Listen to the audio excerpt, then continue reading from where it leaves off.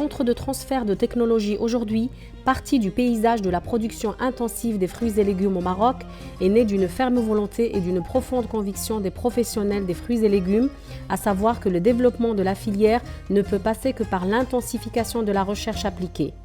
Investi et de grands mérites de la confiance conjointe du ministère de l'Agriculture et de la Pêche maritime et de l'ONUDI, Organisation des Nations Unies pour le développement industriel, l'APFL, l'Association des producteurs et producteurs exportateurs des fruits et légumes, s'est vu confier la gestion directe du projet d'élimination du bromure de méthyle sur la tomate. Le choix stratégique de la profession était très ferme et entendu pour structurer le projet autour de la réalisation de 2 grandes facilités durables. Une pépinière de greffage high-tech, sur laquelle nous reviendrons dans un autre documentaire, et le centre de transfert de technologie.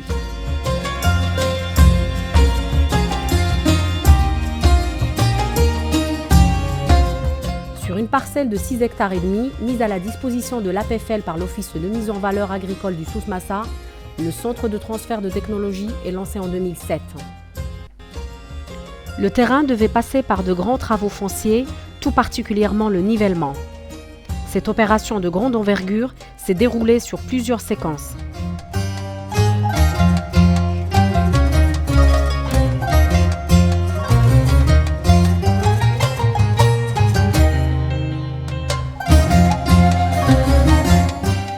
Un décapage de la couche arable sur toute l'étendue de la parcelle,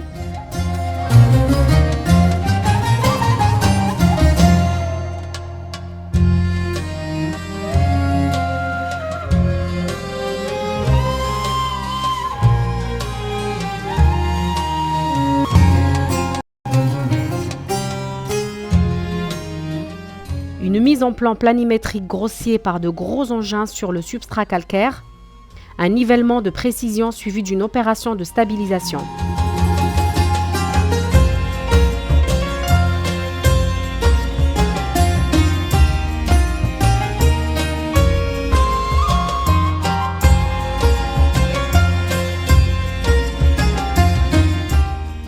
Et enfin, un réétalage de la couche arable minutieusement homogène sur toute la superficie pour garder à la parcelle ses capacités d'abriter tout type de culture.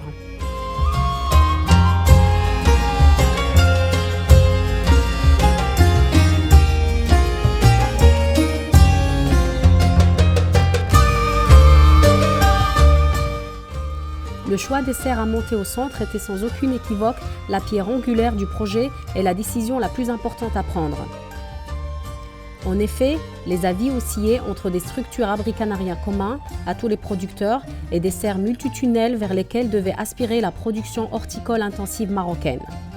La décision finale était pour l'installation de 7 serres multitunnelles de 5000 m² chacune et une serre canarienne améliorée avec ventilation zénitale qui pourrait éventuellement présenter une option d'amélioration du parc national existant. L'opération de montage, quoique supervisée au début par des spécialistes étrangers, fut totalement conduite par des équipes de techniciens et d'ouvriers marocains formés à l'occasion sur une méthode de chaîne qualitative. Confirmée sur plusieurs autres projets, cette équipe constitue aujourd'hui un acquis au niveau national dont profitent les producteurs, tant au niveau du savoir-faire qu'au niveau des coûts de prestation du montage.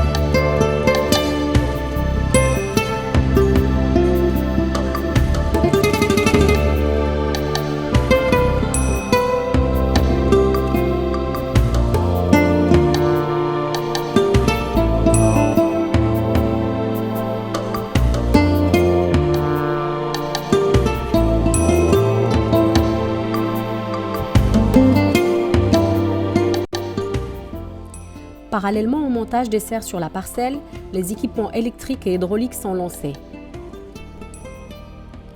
Le puits et le bassin d'accumulation sont réalisés à l'instar de toutes les exploitations environnantes, la station de tête, ainsi que les réseaux d'irrigation et de brumisation. Si la structure des serres était un premier pilier architectural du centre, l'eau et sa bonne gestion ont constitué la préoccupation majeure.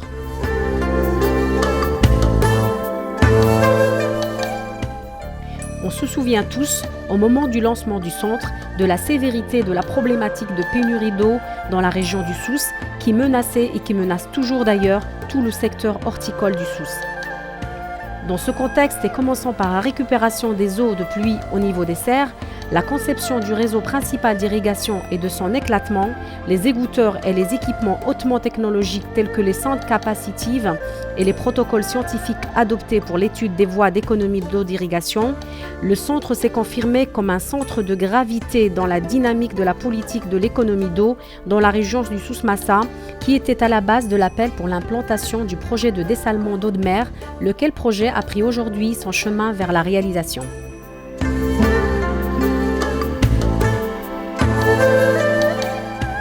Pour revenir aux structures des serres, les abris canariens qui constituent la presque totalité du parc national sont des abris à climat subi non étanches à l'eau de pluie et très mal ventilés, ce qui occasionne annuellement de grosses pertes quantitatives et qualitatives à nos producteurs, surtout en année pluvieuse.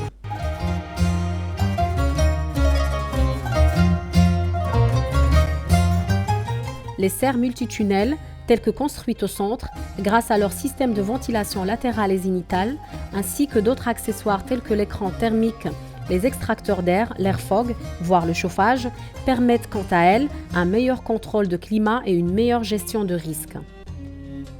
Ces serres ont permis aux producteurs d'apprécier la différence entre des serres à climat contrôlé et les serres à climat subi, surtout avec l'ampleur des dégâts dus aux maladies cryptogamiques vécues pendant les 3 dernières années. Le monitoring dans les serres des niveaux d'humidité et de température en lecture concomitante avec les conditions atmosphériques extérieures permettent d'actionner en temps réel les équipements des serres pour optimiser les conditions ambiantes des plantes et par conséquent leur permettre de bonnes conditions de développement. L'adoption par le centre de ces équipements technologiques de suivi et contrôle de climat a inspiré d'autres organismes et institutions pour généraliser ces équipements.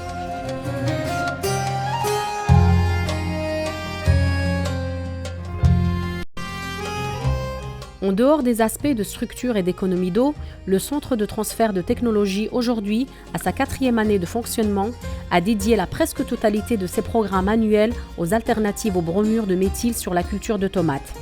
La combinaison de plusieurs alternatives est la conduite de la culture en EPM et le mode d'emploi suivi au centre. La matière organique était toujours au centre des programmes alternatifs. Utilisée sous ses multiples aspects de composition, de forme et de dose, seule ou enrichie, cette approche biologique a toujours constitué une option alternative importante et continuera à être une voie très porteuse, surtout dans un système de production maraîcher très intensif tel que le nôtre.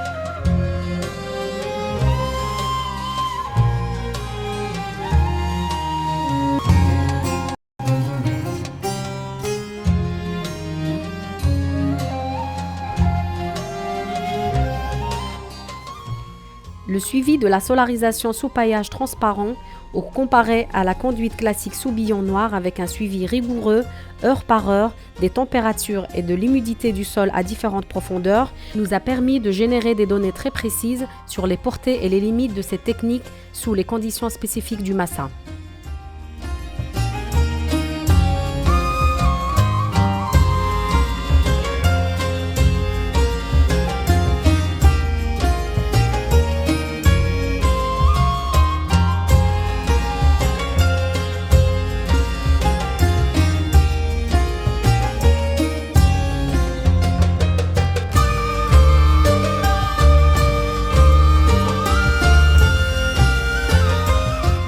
Pour le greffage, le projet a consacré un énorme effort à cette alternative en réalisant une pépinière high-tech. Cette pépinière, passée en gestion partenaire avec un organisme pépiniériste professionnel, a contribué à l'amélioration de la qualité de greffage. Le projet a réservé annuellement et pendant 6 ans le 12e de sa valeur de réalisation de cette pépinière à la subvention des plants greffés. Aujourd'hui, l'utilisation des plants greffés sur tomates primeurs est généralisée. Leur sol et en perspective d'une éventuelle adoption en masse par les producteurs a aussi été conduit au centre. Probablement, un plus grand intérêt doit lui être consacré dans le futur.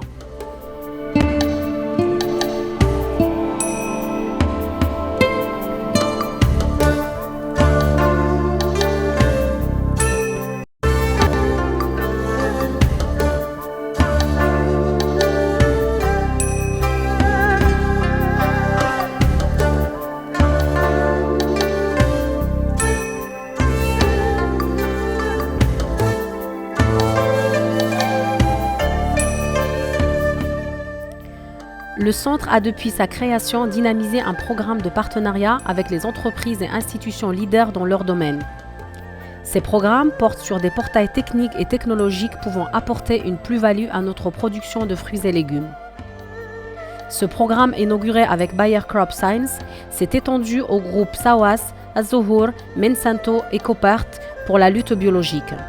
Ces programmes, en plus de leur retombée directe sur les producteurs, permettent au centre de générer des ressources financières supplémentaires pour son fonctionnement.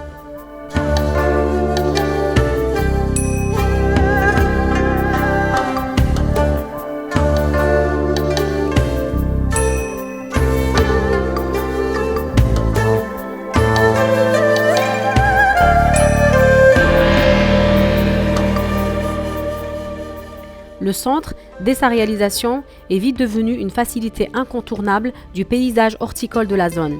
Les pouvoirs publics lui accordent un grand intérêt.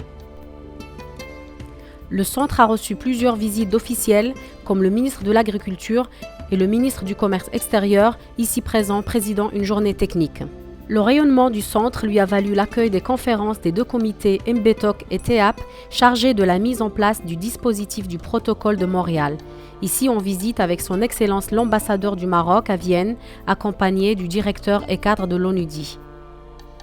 Le centre a reçu plusieurs délégations de Libye, d'Arabie Saoudite, d'Algérie, d'Égypte, du Sénégal et du Mexique, qui y ont vu une grande opportunité de rayonnement au niveau de la formation et de l'échange. Plusieurs autres délégations de pays européens, ainsi que de responsables d'institutions de développement et de la recherche, ont visité le centre avec des sollicitations de coopération dans les domaines de la recherche appliquée et de la formation. Le transfert des technologies, du savoir-faire et de l'information reste bien entendu l'objectif noble du centre. À cet égard, et malgré son jeune âge, le centre a été derrière l'animation de plusieurs conférences, ateliers, séminaires et symposiums sur les différentes thématiques d'intérêt relatifs aux alternatives aux bromures, à l'économie d'eau, à la lutte biologique, etc. Les journées portes ouvertes avec les partenaires ont attiré un grand flux de producteurs au centre.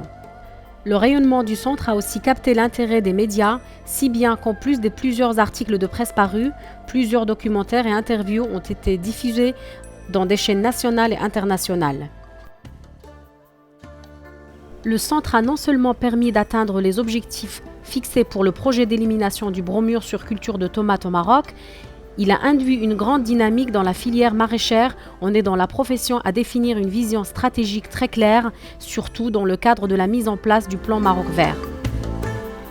La recherche appliquée, consolidée par une convention spécifique, la reconversion de parcs serres canariennes en parcs multichapelles, le projet de dessalement d'eau dans le Souss, ces axes qui constituent le contrat-programme de la profession avec le pouvoir public en sont les premières retombées.